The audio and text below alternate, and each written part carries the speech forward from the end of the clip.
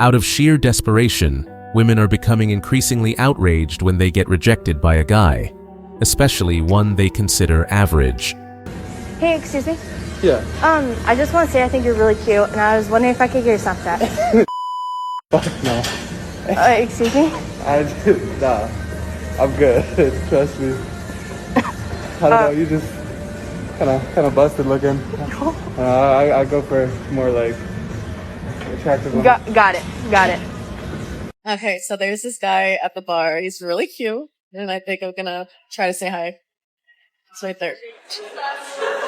Wish me luck.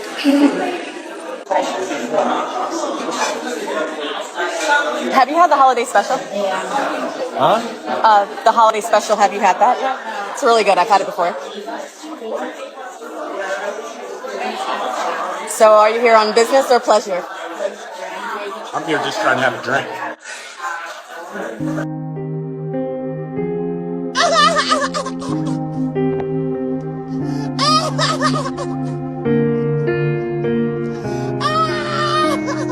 I matched with a guy on Hinge, and let me just say, he and I had really, really great conversations. When I say we FaceTimed for like 3-hour phone calls 10 days in a row, like we were really vibing it, and I really liked this guy.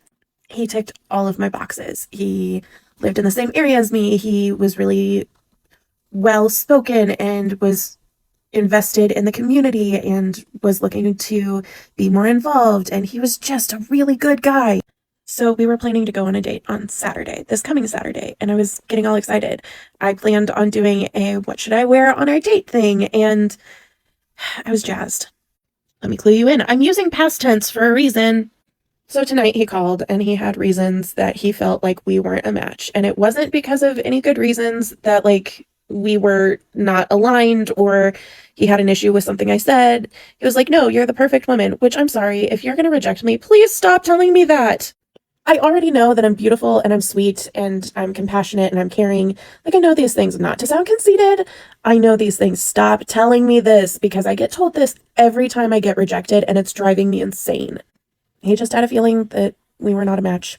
And so if we're not a match, we're not a match. And I'm not going to argue and make somebody believe that I'm a match if he's out. So I listened to the conversation, added my 2 cents, which was pretty much like, it was nice to meet you, nice to get to know you, but like, go ahead. Here's the thing. I have a really big heart. And so every person that I share and get emotionally invested in their lives, it really hurts. And so I got off the phone. I made it through the whole phone conversation without getting emotional. And I started crying. And granted, I haven't even met this guy, but like, I am so sick of getting emotionally invested in these situations and bearing my soul to another human being and then just to get rejected. I'm so over it. And yet I'm trying to not get cold and not shut down and still stay available in an emotionally connected way. It's so hard. This is just my rant on how much it sucks to be single in this day and age. Many of these women create a fairy tale narrative based on very little interaction. A look, a few text messages, or a couple of days of conversation is enough for them to emotionally surrender and start projecting an entire future with someone they barely know. This reveals deep emotional dependency, where the need to be loved overrides common sense and the natural pace of getting to know someone. In a mature relationship, feelings are built over time, not at the speed of a phone notification. Well, I just got rejected by a guy, and this is the second time it's happened this year. You guys know that I'm looking for a man to spoil rotten, okay? And just let me know, be honest, if I overdid it a little too much. I cooked for him every single night, and if he didn't like the meal, I would make him something different. I bought him his favorite Lego sets because he felt bad buying them for himself because they're so expensive. I was a giver in every aspect of our relationship. I created a Spotify playlist of his favorite songs. I scratched his head and back and cuddled him. I was the big spoon. Every single night he came over to my house. I would send him cute messages every single morning telling him how much I appreciated him and how attractive he was to me. All for him to tell me that I was a little too much in suffocating him and really not his physical type, but he was really glad that he gave it a go. My therapist is gonna have a field day with this one. So yeah, I'm back on the market, so who wants to break my heart next? Cooking every day, buying expensive gifts, writing long messages filled with love and affection, all of this before a relationship is even established. That kind of overgiving isn't love. It's an attempt to buy affection with exaggerated gestures, and when the other person doesn't reciprocate with the same intensity, the result is devastating. But it's not just the other person's fault. There's a lack of self-preservation and understanding of healthy reciprocity. People who give themselves away without discernment are often running from themselves, desperate to be loved at any cost. I just asked a guy out at PetSmart and I was rejected. Oh, it hurt so bad. He was so stinking hot. And I was like, you know what?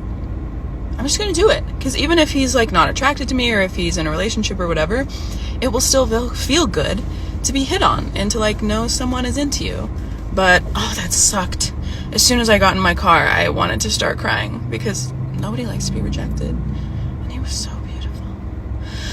But it's okay. Because if you don't ask, the answer is always no. There's a familiar pattern. When they're rejected, they turn the episode into an emotional tragedy. The tears come, the existential questions surface. Will no one ever love me? Am I not enough? Why did he reject me if I did everything for him? But here's the truth. Rejection is not injustice. Everyone has the right not to feel the same way. The problem is, many women confuse dedication with emotional entitlement, as if one person's effort should force the other to love them back. Do you know, a year ago today, literally the night before my 18th birthday, I was absolutely heartbroken. I had went out to the Vic earlier that week, and if you're from St Andrews, you will know what the Vic is. It's basically the only club we've got. And I met a guy. I had maybe like a 30-second interaction with him, and I was convinced that he was my soulmate. Silly man, he didn't return the notion, and he, bless him, he didn't know it was the night before my 18th birthday, but he rejected me nonetheless. Devastated doesn't even cut it. I was looking death in the eye. I was so upset. I think I also had like a severe case of the birthday blues, but I just didn't know how to comprehend all of that. And I was like, oh my god, I have been rejected the night before my birthday. And the worst part was, I was sat in my room all by myself. I just remember thinking, oh, I really need to talk to someone. Let me phone Artemis. I gave her a call, she picked up, and I told her the entire story. And at this point, I am greeting, like, I'm absolutely wailing. And you know that part of, like, crying where you sound like a donkey? It's like, that is what I sounded like. I've heard the whole story. I'm like, I've been rejected. I'm turning 18. I've not even had a boyfriend. I've not had a high school sweetheart. I've never experienced teenage love. I've never even properly kissed someone. Like, what is going to happen? Are these things just never going to happen to me? Am I never going to find love? Like, does no one want to kiss me? That woman needs, like, the Nobel Peace Prize, because I have no idea how she had the patience to listen to me. But I am, like, there going on and on and on and on and on. And I finally am like, I cannot speak. I'm so upset. And I'm like... right, doing that like horrible donkey noise. I laid down literally all of my fears, my worries, like my regrets. I put it all down. And she was the last person I spoke to before I turned 18, last person I spoke to before I entered adulthood. Like, this was the last conversation I had. And she says to me over the phone, she goes, "Lovely, there are people in this world that would lay down their life to kiss your lips. I know that because I am one of them." A year ago today, I really needed to hear that. And I don't know who needs to hear that today. Or maybe you need to hear it a year from now. I don't know. But there are people in this world that would lay down their life to kiss your lips. Before I go to bed and crack on some Bear Grylls, you are deserving of all the love in the world. And I hope it floods your life completely. I love you. And I will see you later. Good night.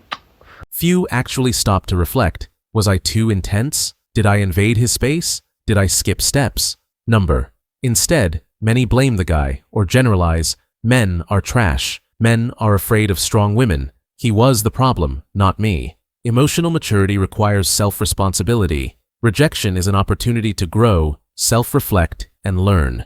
Phrases like, "I want a man to spoil until he gets tired," or "Who's next to break my heart?" reveal unresolved emotional dependency. Love has turned into a cycle of expectations and frustration, where the goal is to be desired, not to build something real. Women like this need to learn that love can't be begged for, forced, or rushed. Healthy love starts with yourself.